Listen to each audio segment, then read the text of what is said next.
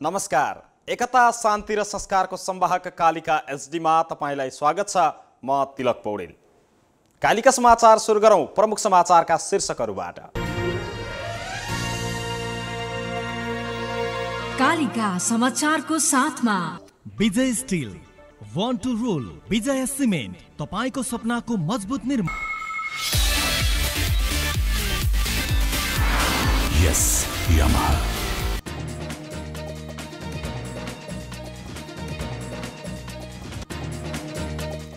नेपालमा कोरोनाका कारण थप 3 जनाको मृत्यु भएसँगै मृतकको कुल संख्या 48 पुग्यो। निको भएर घर फर्किनेको संख्या 13,700 भन्दा बढी। सरकारले गरेको काम नदेख्ने नेपालीलाई मोतीबिन्दु लागेको स्वास्थ्य मन्त्री ढकालको टिप्पणी। कोरोना नियन्त्रणमा नेपालले दक्षिण एसियामै सबैभन्दा राम्रो गरेको दाबी। अफगानिस्तानमा सैनिक हेलिकप्टर दुर्घटनाग्रस्त हुँदा 2 सैनिक गम्भीर घाइते। तालिबान आक्रमणको कारणले दुर्घटना भएको स्थानीयवासीको दाबी। र नेपाल तेक्वोन्दो संघको केन्द्रीय कार्य समितिका 12 जनालाई तेक्वोन्दो संघबाट बिदाई।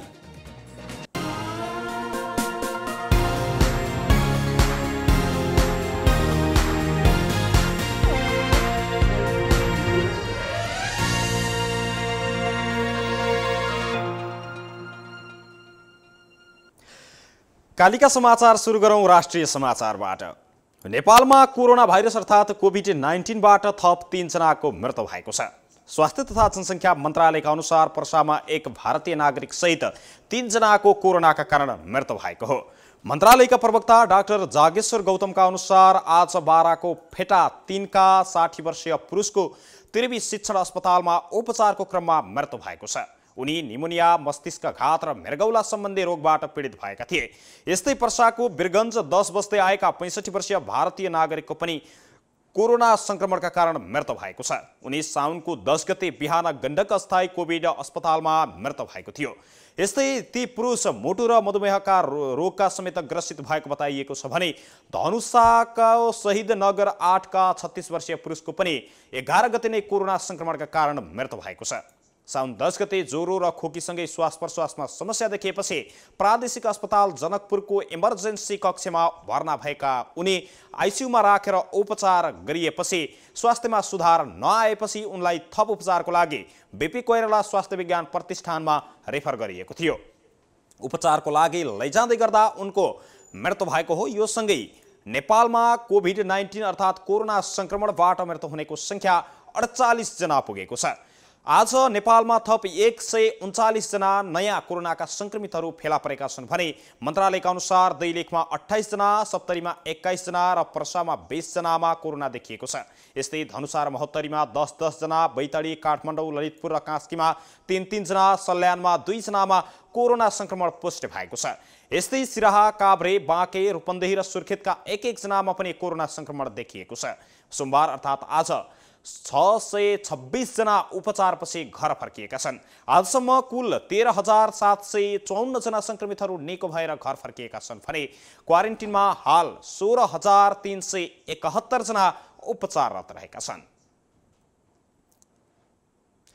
स्वास्थ्य तथा जनसङ्ख्या मन्त्री भानुभक्त ढकालले कोरोना भाइरस अर्थात् कोभिड-19 रोकथाम तथा नियन्त्रणका लागि सरकारले गरेको काम नदेख्ने नेपालीहरूलाई मोतीबिन्दु लागेको टिप्पणी गर्नुभएको छ।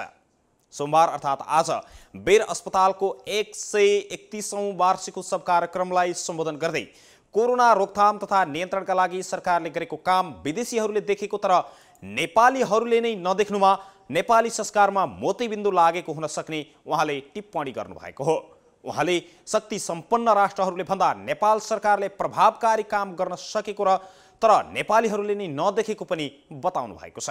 उहाँले विदेशमा बस्ने नेपाली र स्वदेशमा बस्ने नेपालीहरू सबैले सरकारको काम नदेख्नुले नेपाली संस्कारमा मोतीबिन्दु लागेको हुन सक्ने अनुभूति भएको बताउनु भएको छ।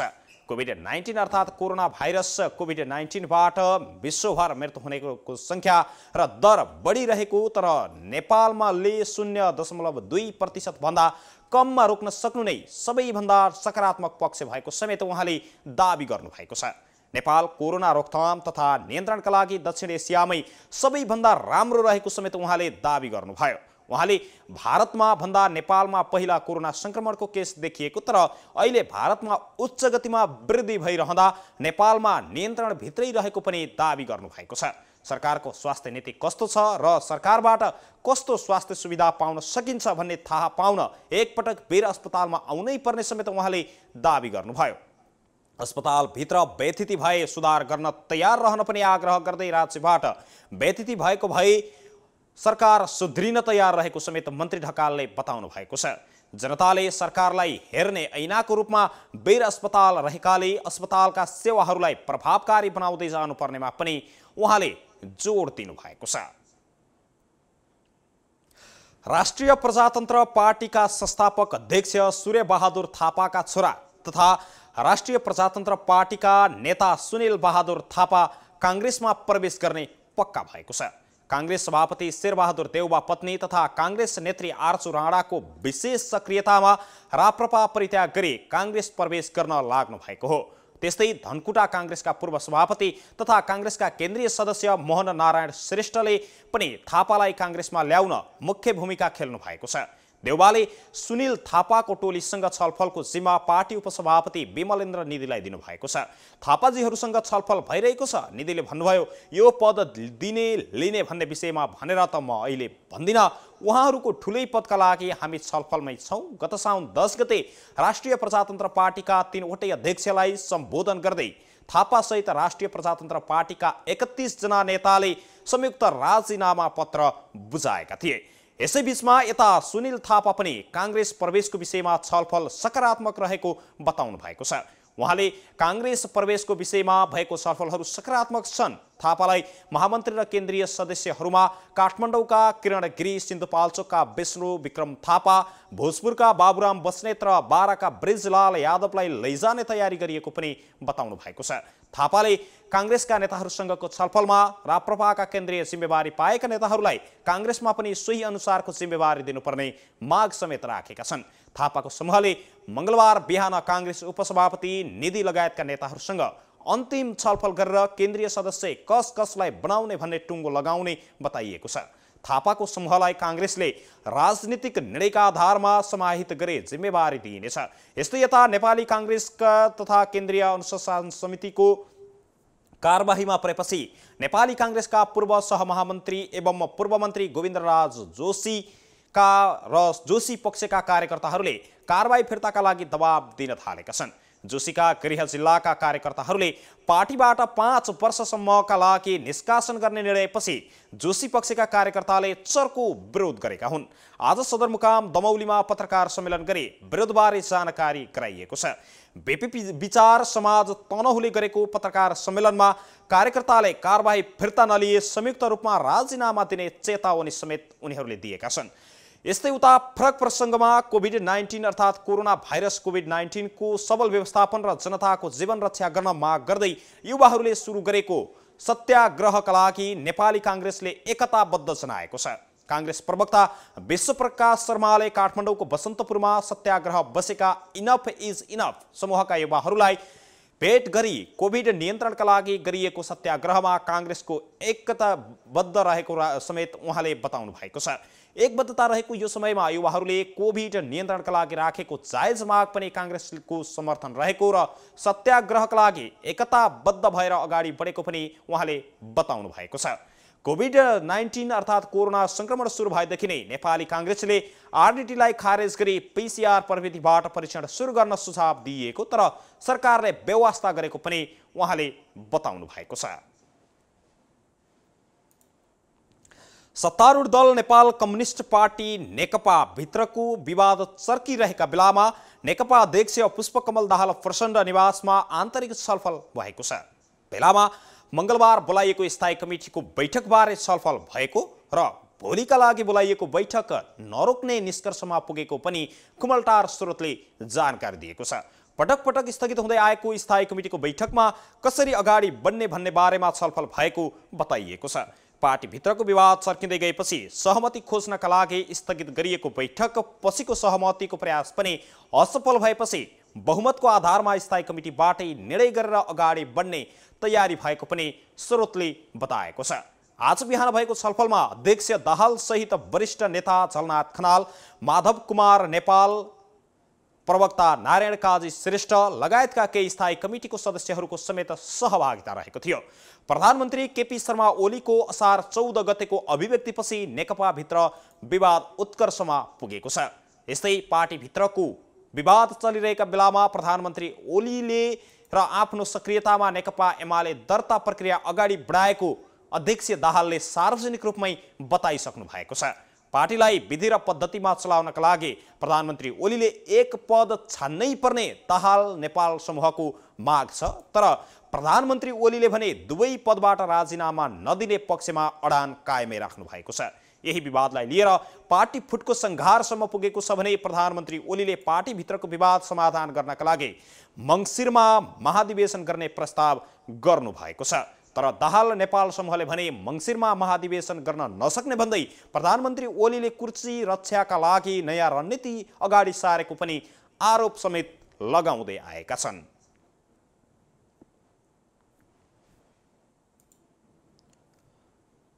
निर्वाचन आयोगले समाजवादी पार्टीको सिफारिसमा सरिता गिरीको ठाउँमा लीलादेवी सिटौलालाई प्रतिनिधि सभा सदस्य निर्वाचित गर्ने घोषणा गरेको छ। समाजवादी पार्टीले समानुपातिक पद्धति अन्तर्गत निर्वाचित गर्नुपर्ने खस आर्य समूहको रिक्त भएको महिला सदस्यमा सिटौलाको नाम सिफारिस गरेको थियो। नेत्री सरिता गिरीले देशको भौगोलिक अखण्डतासँग सम्बन्धित निशान छाप परिवर्तनका लागि भएको संविधान संशोधन सम्बन्धी प्रस्तावमा मतदान गर्ने पार्टीको व्हिप उल्लङ्घन गरेको भन्दै समाजवादी पार्टीले उनलाई सांसद समेत नरहने गरी कारबाही गरेको थियो। सिटौलाले सांसदको रूपमा छिट्टै प्रतिनिधि सभाको सभामुखबाट शपथ ग्रहण गर्ने समय मिलाउने संसद सचिवालयबाट जानकारी आएको समाजवादी पार्टीका नेता राजेन्द्र श्रेष्ठले जानकारी दिनुभएको छ। गुन्जी, कालापानी र लिम्पियाधुरा क्षेत्र आफ्नो क्षेत्र भएको दाबी गर्दै भारतले नेपाललाई आज पत्र पठाएको छ। भारतको धारचुला प्रशासनले ती क्षेत्रमा नेपालीको अवैध प्रवेश भइरहेको र त्यसबारे जानकारी गराउन भन्दै जिल्ला प्रशासन कार्यालय दारचुलालाई पत्र पठाएको हो। भारतले जुलाई 14 मा पठाएको पत्रमा विभिन्न नेपाली समूह अवैध रूपमा लुकी छिपी सीमा पार गरेर आउन चाहेकोले त्यसबारे जानकारी गराउन नेपाललाई भनेको छ। तर आफ्नो भूभागमा भएको बारे र भूभागमा गएको बारे अर्को देशलाई जवाब दिइरहन नपर्ने दारचुलाका प्रमुख जिल्लाधिकारी शरद कुमार पोखरेलले बताउनु भएको छ। सुरक्षाका लागि ब्यास गाउँपालिका 1 गाङ्गामा समेत 25 जना सुरक्षाकर्मी सहितको बीओपी स्थापना भएको र अरू ठाउँमा पनि स्थापनाको तयारी भइरहेको उहाँले बताउनु भएको छ। उहाँका अनुसार तिङ्कर भन्ज्याङमा बीओपी स्थापनाका लागि जग्गा समेत पहिचान भएर टेन्डर प्रक्रिया सुरु भइसकेको छ भने माथिल्लो पौवामा जग्गा पहिचान गर्न सम्बन्धित पालिकालाई निर्देशन दिइएको छ। भारतका लागि नेपाली राजदूत निलाम्बर आचार्यले कालापानीको मुद्दालाई दिगदारीको कारण भन्दै चाँडै सुल्झाउनु पर्नेमा जोड दिनुभएको छ। टाइम्स अफ इन्डियामा अन्तर्वार्ता दिँदै आचार्यले दुई देशबीचको सीमा निर्धारणमा लगभग सहमति भइसकेको भन्दै अब सानो अंशलाई सुल्झाउन धेरै कठिन नहुने विश्वास व्यक्त गर्नुभयो। राजदूत आचार्यले भगवान रामका विषयमा प्रधानमन्त्री केपी शर्मा ओलीले दिएको अभिव्यक्ति कुनै राजनीतिक विषयवस्तुसँग नगाँसिएको समेत बताउनु भएको छ। 2072 सालमा गएको महाभूकम्पले पूर्ण रूपमा क्षति भएको देशको मुख्य प्रशासनिक केन्द्र सिंहदरबार कार्तिक महिनाभित्र सम्पन्न गर्ने गरी पुनर्निर्माण भइरहेको छ। कोभिड-19 अर्थात् कोरोना भाइरसका कारण निर्माण कार्यमा असर पर्दा केही समय ढिलो भए पनि मुख्य भवनको पुनर्निर्माणको काम कार्तिक महिनाभित्र सम्पन्न गर्ने गरी काम भइराखेको केन्द्रीय आयोजनाको कार्यान्वयन इकाइले बताएको छ। सिंहदरबार देशको मुख्य प्रशासनिक निकाय हो। राणा प्रधानमन्त्री चन्द्र शमशेरले निजी निवासको रूपमा सन् 1903 मा सिंहदरबार बनाउन लगाउनु भएको थियो, तर पछि सिंहदरबारलाई मुख्य प्रशासनिक केन्द्रको रूपमा परिणत गरियो। प्रधानमन्त्रीको कार्यालय तथा अन्य सरकारी कार्यालयका मन्त्रालयका कार्यालयहरू सिंहदरबार भित्रै रहेका छन्। ऐतिहासिक सिंहदरबारको मुख्य प्रशासनिक भवन 2072 सालको महाभूकम्पले लगभग नष्ट हुने अवस्थामा पुर्याएको थियो। त्यसपछि केही वर्ष सिंहदरबारको पुनर्निर्माण हुन सकेन। अहिले भने पुनर्निर्माणले तीव्र गतिमा कार्य लिइरहेको बताइएको छ भने केन्द्रीय आयोजना कार्यान्वयन इकाइ भवनका आयोजना उपनिर्देशक झप्पर सिंह विश्वकर्माले सिंहदरबारमा क्षति भएका 2 भवनहरू जसमा पूर्वपट्टिको सी आकारको भवन प्रधानमन्त्री तथा मन्त्री परिषदको कार्यालय रहने भवन र पश्चिमपट्टिको मोहडामा प्रबलीकरण रेक्टोफिटिङ विधिबाट पुनर्निर्माणको कार्य भइराखेको बताउनु भएको छ। मुख्य प्रशासनिक भवन जहाँ प्रधानमन्त्री तथा मन्त्री परिषदको कार्यालय रहनेछ सो भवनको पुनर्निर्माण आगामी कार्तिक महिनाभित्रमा सम्पन्न गर्ने योजना अनुसार काम भइरहेको छ। सिंहदरबारको यो भवन युरोपेली शैलीमा बनेको छ। 2030 सालमा आगलागी भएपछि यो भवन सिमेन्ट, बालुवा, छड लगायतका वस्तु प्रयोग गरी जीर्णोद्धार मात्रै गरिएको थियो। न्यूनतम क्षति र अधिकतम संरक्षण गर्ने सिद्धान्त अनुसार भवनको प्रबलीकरण गरिएको उहाँले बताउनु भएको छ।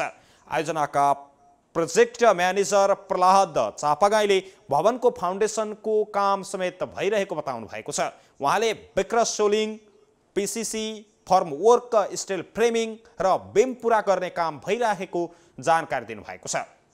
उहाँले प्रधानमन्त्री तथा मन्त्री परिषदको कार्यालय रहने पूर्वपट्टिको भवनको निर्माण 75 करोड रुपैयाँ लागतमा सम्पन्न हुने जानकारी दिनुभएको छ। त्यस्तै पश्चिमपट्टिको मोहडामा भ्याट बाहेक 40 करोड रुपैयाँमा निर्माण सम्पन्न हुने विश्वकर्माले बताउनु भएको छ। सिंहदरबारको पुनर्निर्माणको काम 3 वटा प्याकेजमा भएको समेत उहाँले कालिका टेलिभिजनलाई जानकारी दिनुभएको छ। निर्वाचन आयोगले राजनीतिक दलहरूमा आर्थिक पारदर्शिता नहुँदा दलीय व्यवस्थापन र प्रणालीमा समस्या भएको बताएको छ।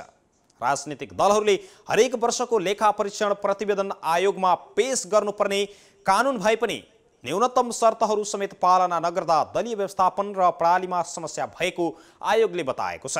संसदको राज्य व्यवस्था तथा सुशासन समितिको सोमबार बसेको बैठकमा प्रमुख निर्वाचन आयुक्त दिनेश कुमार थपलियाले राजनीतिक दलहरूले न्यूनतम कानुन पनि पालना गर्न नसक्ने र आयोगले ध्यानाकर्षण बाहेक कारबाही पनि गर्न नसक्ने कारण दलीय व्यवस्थापन र प्रणालीमा समस्या भएको बताउनु भएको छ। थपलियाले निर्वाचनको समयमा आचार संहिता पालना गराउन पनि समस्या भएको बताउनुभयो। मतदान हुनु 48 घण्टा अगाडिबाट कुनै पनि माध्यमबाट प्रसार गर्न नपाइने भए पनि सामाजिक सञ्जालको माध्यमबाट हुने प्रचार प्रसारलाई रोक्न चुनौती रहेको पनि उहाँले बताउनु भएको छ। निर्वाचन आयोगले गत आर्थिक वर्षमा 5,76,937 जना मतदाता थपिएको बताएको छ। समितिको छलफलको क्रममा आयोगको वार्षिक प्रतिवेदनमाथिको छलफलमा प्रस्तुत गरिएको तथ्याङ्क अनुसार 2,75,304 जना मतदाताको विवरण अद्यावधिक भएको छ। सो आर्थिक वर्षमा 5 वटा राजनीतिक दलहरू पनि दर्ता भएका छन्, जसमा 131 दलहरूमध्ये 54 दलले मात्रै आफ्नो वार्षिक खर्च विवरण पेश गरेका छन्। आर्थिक वर्ष 2075-76 मा आयोगको कुल बेरुजु 50,95,90,000 रहेको छ। यस्तै फर्सेउट बेरुजु 22,92,46,000 रहेको आयोगले जानकारी दिएको छ। स्वास्थ्य अधिकार र सुर्तीजन्य नियन्त्रणमा नेटवर्कले सुर्तीजन्य पदार्थमा कर बढाउन सरकारलाई सुझाव दिएको छ। आम सर्वसाधारणको पहुँच नपुग्ने गरी करको दायरा बढाउन र हरेक उत्पादनमा 90% भन्दा बढी चेतावनीमूलक सन्देश राख्ने नियम कडाइका साथ पालना गराउन सरकारलाई सुझाव दिएको हो। नेपालमा सुर्ती सेवनकै कारण प्रति वर्ष 27,000 भन्दा बढी नागरिकहरूको मृत्यु हुने गरेको भन्दै नेटवर्कले यस्तो सुझाव दिएको हो। नेटवर्कको समन्वयमा resource centre for primary health केयरले आयोजना गरेको कार्यक्रममा नेटवर्कका संयोजक शान्तराम मुल्मीले नेपालमा प्रति वर्ष 27,137 जनाको मृत्यु हुने गरेको बताउनु भएको छ। सहज पहुँचका कारण ग्रामीण क्षेत्रमा 39.2% सुर्ती सेवन गर्ने गरेको उहाँले बताउनुभयो। सर्वसाधारणको पहुँच नहुने गरी उत्पादन र बिक्री वितरणमा कर बढाउनु पर्ने पनि उहाँले बताउनु भएको छ। विदेशी कम्पनीहरूले समेत यो नियम पालना गर्ने गरेको भए पनि नेपालको सूर्य नेपाल टोबाकोले 75% मात्रै चेतावनीमूलक सन्देश छाप्ने गरेको उहाँले बताउनुभयो। सरकारले आफ्नो नियम पालना गराउनुको सट्टा सुर्तीजन्य वस्तु उत्पादन गर्ने कम्पनीहरूलाई सम्मान गरेर उनीहरूको इज्जत बढाउन समेत काम गरिरहेको उहाँको भनाइ छ। नेपालमा 10 वर्षभन्दा माथि उमेर समूहका 33% व्यक्तिहरूले सुर्ती सेवन गर्ने गरेको तथ्याङ्क रहेको छ, जसमा 27% पुरुष र 6% महिलाहरू रहेका छन्। तथ्याङ्क अनुसार सबैभन्दा बढी पहाडी क्षेत्रमा 68.2%, तराई क्षेत्रमा 42.2% र मध्य पहाडी क्षेत्रमा 40%ले सुर्ती सेवन गर्ने गरेका छन्। 98% बढी व्यक्तिहरूलाई सुर्ती सेवन स्वास्थ्यका लागि हानिकारक छ भन्ने थाहा हुँदाहुँदै पनि सेवन गर्ने गरेको तथ्याङ्कले देखाएको छ। सुर्ती जन्य वस्तुहरू सेवन गर्ने व्यक्तिहरूका कारण कार्यक्षेत्रमा 22.5% र घरमा 33.5% सुर्ती सेवन नगर्ने व्यक्तिहरू क्यान्सरको शिकार भइरहेको पनि तथ्याङ्कले देखाएको छ। एकता, शान्ति र संस्कारको संवाहक कालिका एसडीमा प्रसारित कालिका समाचारमा पालो भएको छ विज्ञापनको। तर त्यसभन्दा अगाडि प्रमुख समाचारका शीर्षकहरू एकपटक। कालिका समाचारको साथमा Vijay steel, one two role, Vijay cement, तपाईको सपनाको मजबुत निर्माण। यस यामाहा।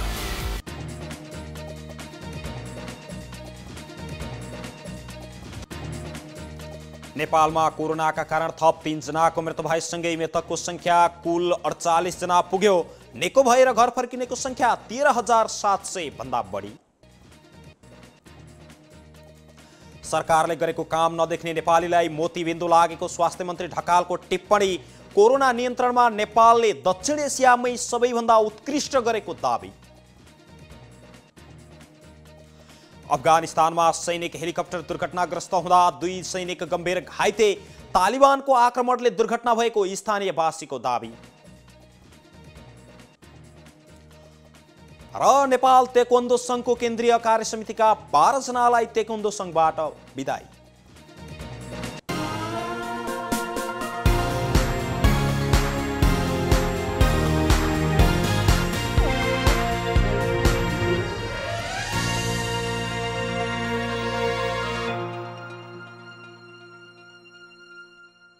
पूर्ण स्वचालित मसिनमा उच्च स्तरीय ब्लेड प्रयोग गरी उत्पादन भएको नेपालको पहिलो टेगुम जर्मनी प्रविधिद्वारा उत्पादित विजय स्टिल सम्पूर्ण रूपमा ल्याब परीक्षणपछि उत्पादन हुने अत्यधिक भूकम्प प्रतिरोधक, वर्षौंसम्म टिक्ने, खिया प्रतिरोधक, उच्च शक्ति, उत्कृष्ट वजन अनि उच्च लचकता, अग्नि प्रतिरोधक, रिब्समा अतिरिक्त मोटाई, उच्च वेल्डिङ क्षमता अनि उच्च इलोङ्गेसन, एक नासको तौल, लम्बाई अनुपात। अब आफ्नो निर्माणलाई दिनुहोस् विजय स्टिलको शक्ति।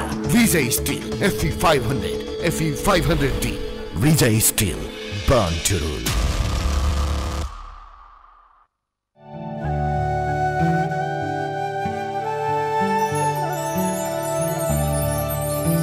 आयुर्वेदिक पद्धतिद्वारा प्राचीन कालदेखि त्वचा र शरीरका लागि प्रयोग गरिने हिमाली जडीबुटीहरूको दुर्लभ सम्मिश्रण अब ओखती साबुनमा, जसको दैनिक प्रयोगले दिन्छ अनुहार र शरीरलाई प्राकृतिक पोषण र त्वचामा थप्छ अझ सौन्दर्यता र निखारपन।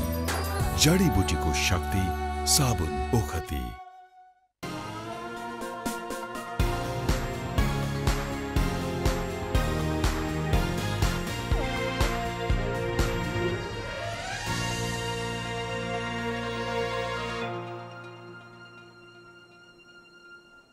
विज्ञापनपछि कालिका समाचारमा पुनः स्वागत छ। अब स्थानीय समाचार। वन तथा वातावरण मन्त्री शक्ति बहादुर बस्नेतले चितवनको चेपाङ बस्तीमा घर नभई केही मचानमा आगो लगाइएको भन्ने अभिव्यक्ति दिएपछि चेपाङहरूले त्यसको विरोध गरेका छन्।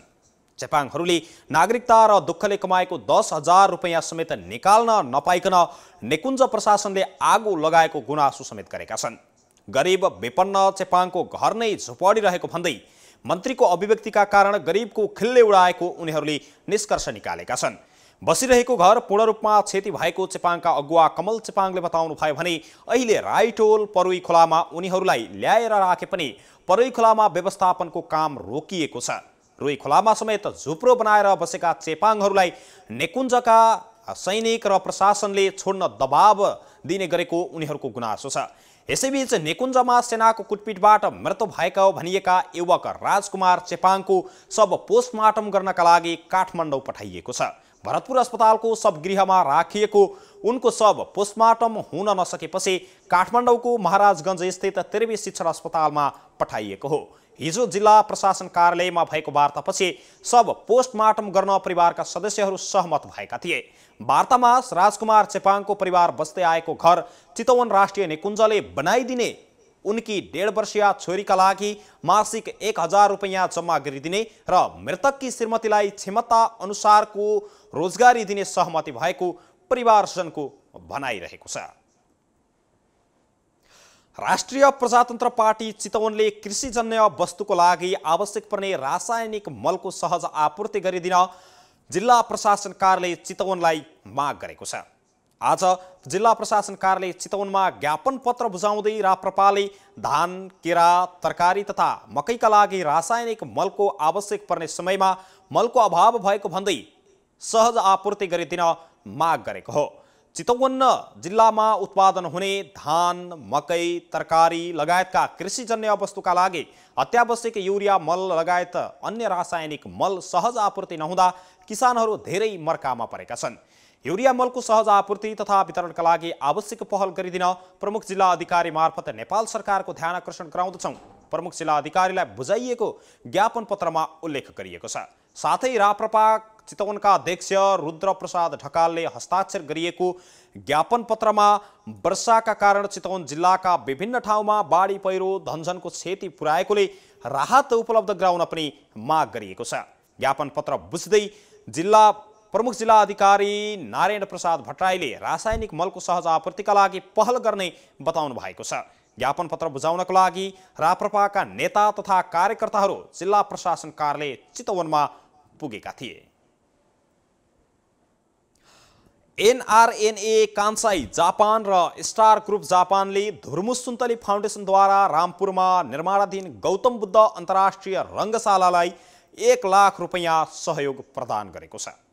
ग्रुपले जापानमा आयोजना भएको मैत्रीपूर्ण क्रिकेट खेलबाट सङ्कलित रकम आज एक कार्यक्रमका बीच हस्तान्तरण गरेको हो। सहयोग रकम बुझ्दै धुर्मुस सुन्तली फाउन्डेसनका अध्यक्ष सीताराम कट्टेलले यसरी देश विदेशमा रहेका नेपालीहरूले सहयोग गर्दा कामले तीव्रता पाउने बताउनुभयो। उहाँले गौतम बुद्ध रङ्गशाला धुर्मुस र सुन्तलीको मात्र नभई देशका समग्र जनताको भएकाले सबैको सहयोग र साथ पाएमा खुसी व्यक्त गर्नुभएको छ। एनआरएनए कान्साई जापानका उपाध्यक्ष एवं स्टार ग्रुपका संरक्षक गैरेले सो रकम रङ्गशाला निर्माणमा केही सहयोग पुग्ने विश्वास व्यक्त गर्नुभएको छ। यस्तै गैरेले यसभन्दा केही दिन अगाडि व्यक्तिगत रूपमा भरतपुर महानगरपालिकाको बाढी पीडित कोषमा 1 लाख युथ नेपाल भरतपुरलाई 50,000 रकम सहयोग गर्नुभएको जानकारी दिनुभएको छ भने देवघाटमा रहेको वृद्धाश्रमका वृद्ध र मञ्जुश्री असहाय संरक्षण केन्द्रका आश्रममा रहेका बालबालिकाहरूलाई खाना खुवाउनु भएको थियो। कार्यक्रममा गैरे सेवा समाज जापानका उपाध्यक्ष चेतराम गैरे र समाजका सल्लाहकार तथा चित्रवन सन्देश पत्रिकाका सम्पादक सुमन गैरेको उपस्थिति रहेको थियो। कालिका समाचारमा अब अर्थ समाचार।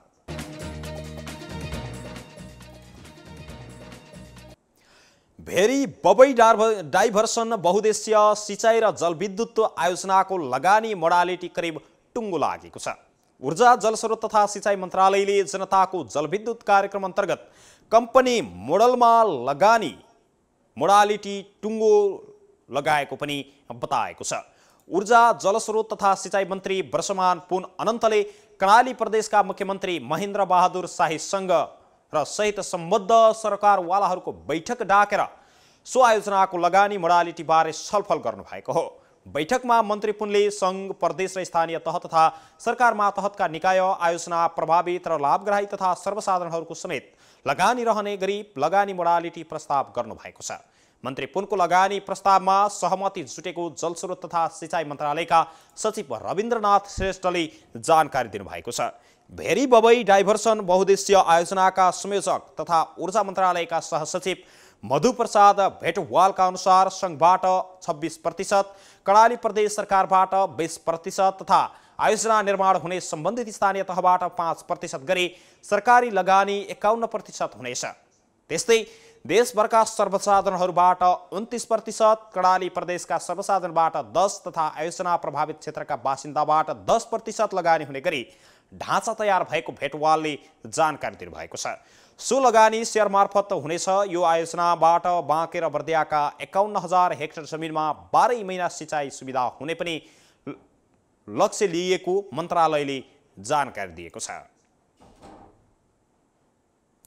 कालिका समाचारमा अब अन्तर्राष्ट्रिय समाचार। अफगानिस्तानको हेल्मान प्रान्तमा आज एउटा सैनिक हेलिकप्टर आपतकालीन अवतरण गर्दा 2 सैनिक गम्भीर घाइते भएका छन्। सैनिक स्रोतका अनुसार सो हेलिकप्टर आज बिहानै हेल्मानको काजाकी जिल्लामा आपतकालीन अवतरण गराइएको थियो। सो घटनाका बारेमा अनुसन्धान भइरहेको सेनाले बताएको छ। आपतकालीन अवस्थाको समयमा दुर्घटनाग्रस्त भएको पनि बताइएको छ भने घाइते सैनिकहरूको सैनिक शिविरमा उपचार भइरहेको छ। स्थानीय वासीका अनुसार तालिबानको आक्रमणका कारण हेलिकप्टर दुर्घटनाग्रस्त भएको पनि दाबी गरिएको छ भने हेल्मान प्रान्तको तालिबान प्रभाव अत्याधिक रहेको छ। सोही प्रभावका कारण तालिबानहरूले आक्रमण गरेको र दुर्घटनाग्रस्त गराएको हुन सक्ने आशंका समेत गरिएको छ। कालिका समाचारमा अब खेल समाचार।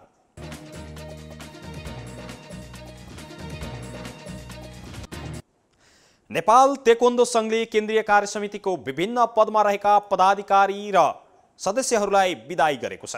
संघले आज 7 दोबाटो ललितपुर स्थित संघको केन्द्रीय कार्यालयमा एक कार्यक्रमको आयोजना गर्दै संघका सचिव नवीन कुमार श्रेष्ठ, प्रवक्ता दीपक विष्ट सहित 12 पदाधिकारीहरूलाई बिदाई गरेको हो। नयाँ खेलकुद ऐन कार्यान्वयनमा आएपछि 2 पदमा रहन नपाउने प्रावधान अनुसार उनीहरूलाई संघबाट राजीनामा दिएका थिए। नयाँ ऐनले राष्ट्रिय खेलकुद परिषदका बहालवाला सदस्य, सचिव, कर्मचारी तथा प्रशिक्षकलाई खेल संघका कुनै पनि पदमा बस्न नमिल्ने प्रावधान राखेको छ, जसको कारण उनीहरूले संघबाट राजीनामा दिएका थिए। उनीहरूले राजीनामा दिएको राजीनामा स्वीकृत गर्दै संघले पदाधिकारीको बिदाई गरेको बताइएको छ। राजीनामा बुझाउनेहरूमा सचिव श्रेष्ठ, सचिव तथा प्रवक्ता विष्ट र सहकोषाध्यक्ष सुमन कुमार घले रहेका छन् भने यस्तै सदस्यहरूमा टीका प्रसाद लिम्बू, सङ्गीना वैद्य, नोरबु सलामा, हेमन्त डाङ्गी, श्रीमान थापा मगर, पूर्ण युजन, कविराज खड्की, हेराबहादुर थापा र मेन नौपाने रहेको बताइएको छ। उनीहरूलाई बिदाई गर्दै संघका प्रकाश शमशेर राणाले सबै पदाधिकारीहरूलाई तेक्वोन्दो खेलको विकासमा पुर्याएको योगदानको उच्च प्रशंसा गर्दै भविष्यमा पनि यस्तै प्रकारको योगदानका लागि अनुरोध गर्नुभएको थियो। एकता, शान्ति र संस्कारको संवाहक कालिका एचडीमा प्रसारित कालिका समाचारको अन्त्यमा प्रमुख समाचारका शीर्षकहरू पुनः एकपटक। कालिका समाचारको साथमा Vijay steel, one two role, Vijay cement, तपाईको सपनाको मजबुत निर्माण। यस यामाहा।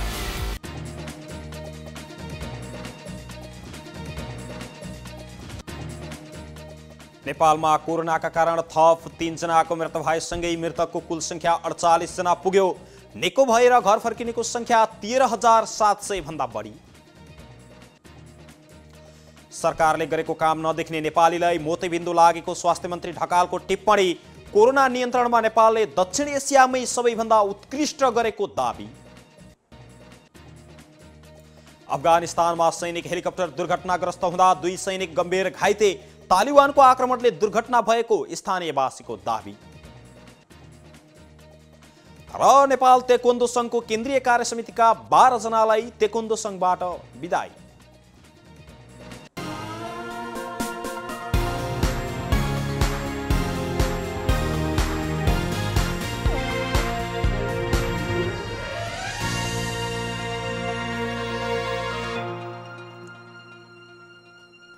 एकता, शान्ति र संस्कारको संवाहक कालिका एचडीमा प्रसारित कालिका समाचार अहिलेका लागि यति नै।